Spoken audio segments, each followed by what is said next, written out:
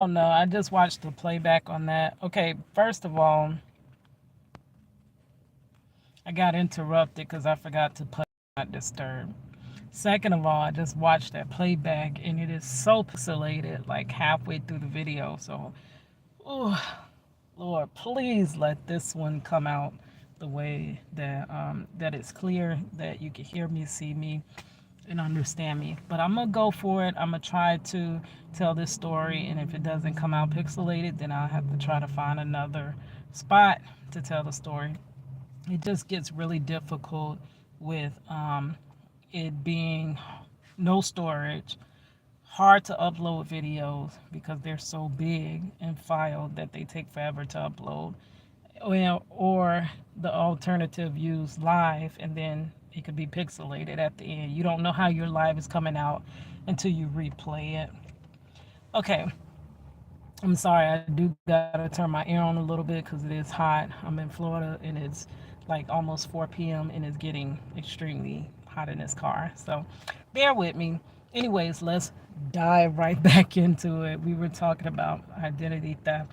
Now, this is going to be part three.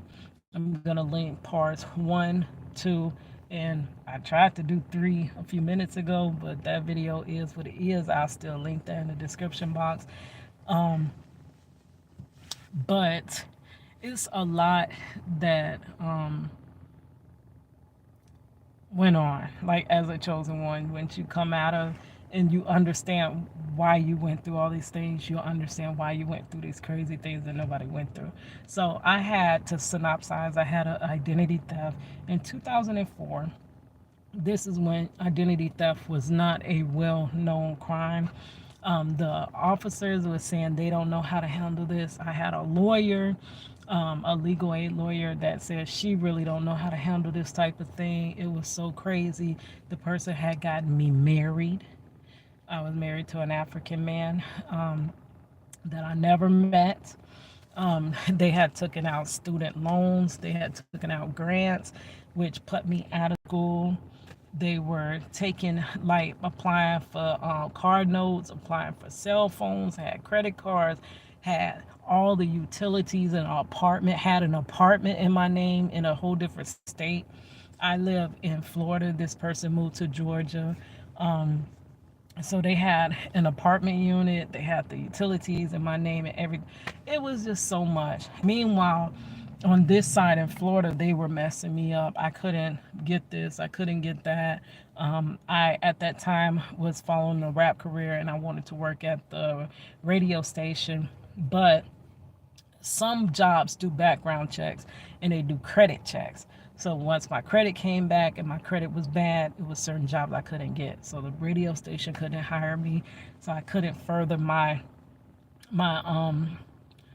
career there, and I had to drop out of school. So I don't know. It was like I just felt so stuck. Like, I'm trying to do the right thing. I was a single mother. My husband was already wrongfully um, convicted, and I knew to get lawyer money to get him back home, I'm gonna have to um, level up in my career. I got to make more money because the answer to everything is money. You have to pay for this, you have to pay for that. And we don't do things for the love of money.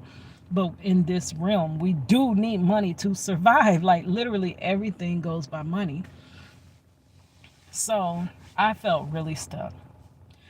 Now, I had one day received a notice, and I reached out to Georgia because that is where the person was using my identity. Y'all know she had operations in my name and all types of stuff.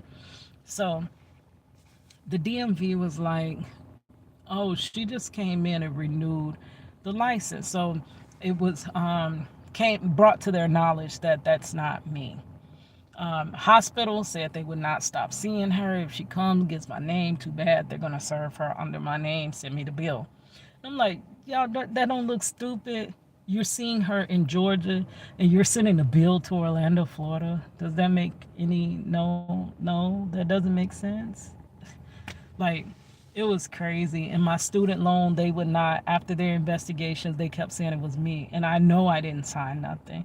So investigations weren't going anywhere. So anyway, the DMV was like, she just came into the office, and now I had sent a picture of, because the problem was there was two licenses out. I had a Florida ID, and she had a Georgia ID. Now I sent my Florida ID over to him because I'm like, this is not me. And he was like, yeah, these faces don't match. Y'all definitely don't look alike. Like, y'all are not the same person, but it has the same name. So she was like, I mean, I'm sorry, it was a guy. He was like, she already came in to renew her license. Like, she's already been there, because I know, I think my license was, it was something with my license. And I was like, he said he's gonna try to call her back. Their investigation area at the DMV was gonna try to call her back to get her to come back in and say, something had went wrong. We just need you to come in and clarify some things. And I'm thinking, who in their right mind would go back? I'm like, thinking that what he's trying to do is pointless, because why would that person go back? They clearly know they stole somebody's identity. If you know that and someone's calling you, hey, something's wrong, we need you to come back down here would you come? Like, it made no sense to me. So I'm like, they're not gonna come back down there. So he told me that whoever you think this could be, do you know anybody that could have stolen your identity? And I'm like, no, I don't. And I don't know nobody from Georgia. Like, I literally had one homegirl from Georgia. And then I said, well, it's crazy. Now that I think about it, I have a niece that ran away and have been gone for almost as long as this has happened. Now, I don't know where, nobody has seen her.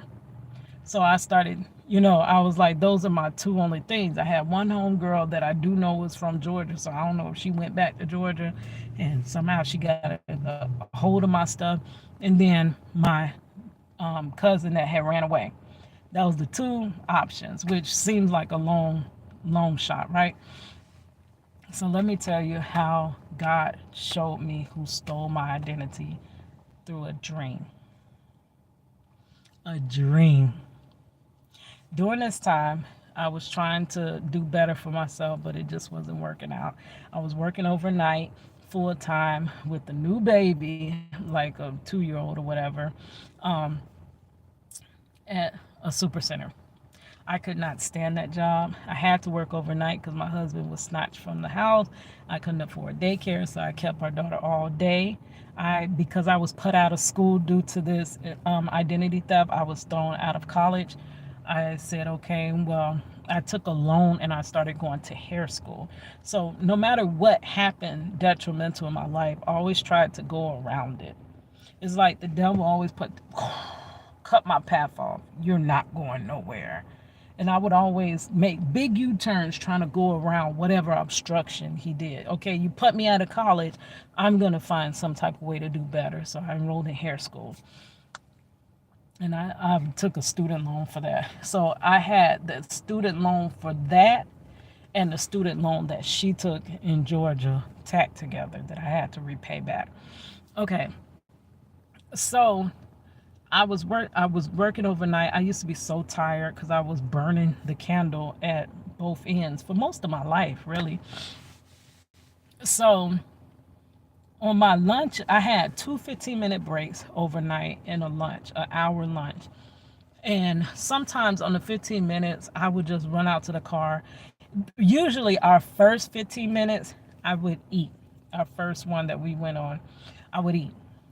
Okay, so I got eating out the way. My hour, sometimes I would get an hour's sleep, or sometimes, I don't think I was doing that at that time, doing my artwork. Yeah, I wasn't doing my artwork yet. So I would usually use that hour to sleep. So I already ate on the first one, then I could sleep on the second, on the hour. And then the 15 minutes, if I was still tired, my last 15-minute break of the day, I would run back out to the car and go to sleep again. So I promise you, I laid back my seat. We would sleep in our cars, like until every so often there would be a robbery, a break in. It'll be um, something that happened, and we'll all get nervous and scared, and then we'll stop going outside the store at night, and then it'll die down, and then we'll start back going to our cars and go to sleep. So I went to my car. I would lay my seat back. You lay your seat all the way back and go to sleep, right? And just pray that nobody's like looking in windows and things like that.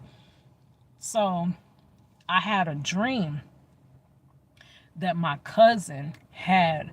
I woke up in the dream. It was a dream, but I woke up in the dream. And I was laying in the exact thing I was doing in real life, I was doing it in the dream. I was on my break. I had laid my seat back and I was taking a nap in the dream. But in the dream, I woke up from the nap. And I woke up, and as I woke up, I seen my cousin. I don't even know, I can't think of a name off rip to call her. So I ain't even gonna put a name to her right now, but my cousin, my little cousin. And I seen her run past the car. And I was like, hold on, hold on. We've been looking for you. Everybody's looking for you. Don't run. You don't have to run from me. Don't run from me. I'm not gonna do anything. Just we're just worried about you. We were looking for you. Like literally, they didn't know where she was. Um, it was bad. They even at once had her dental records because they were trying to identify if somebody they found was her. So I was like, no, don't run. We're trying to, don't run from me. I'm not trying to hurt you. And she kept running from me.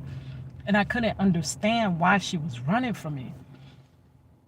And after that dream, after I woke up from the dream, got out my car, went back to work, I started thinking, I'm like, you know what? My cousin has been gone as long as this has been going on. I'm like, I doubt it, but what if it was her? Because she was still a minor. I was like, what if it's her? So I'm like, no, that can't be true. And then that's when the officer had told me to get a picture of whoever I think it could be. So, of course, I didn't have a picture of my homegirl from Georgia. But then I did have a picture of my little cousin. It was a really young picture of her. And I was like, I know this can't be her, but, since I had that crazy dream, let me just go ahead and send the picture. And I faxed the picture over to him. And he was like, he didn't say nothing. He didn't say nothing. He just said, okay, so we're going to try to get her down here. Well, he called. He said it was something wrong with the paperwork. You need to come back down here to sign. I'm thinking nobody would be that crazy to do that. All of a sudden, I get a call, and he's like, they came. They came down here, and they arrested her there at the DMV. That man said the moment you sent that picture through, that I knew that you knew who it was.